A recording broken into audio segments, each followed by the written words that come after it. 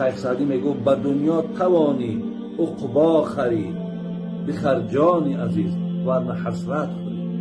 تو میتونی برادر عزیز که در همین دنیا ایستاده آخرت تا بخری، یعنی با این صرف کردن مبلغایی که در راه خدا و در راه دستگیری این مردم صرف میکنی، تو معناش همین است که آخرت تا آباد کردیست.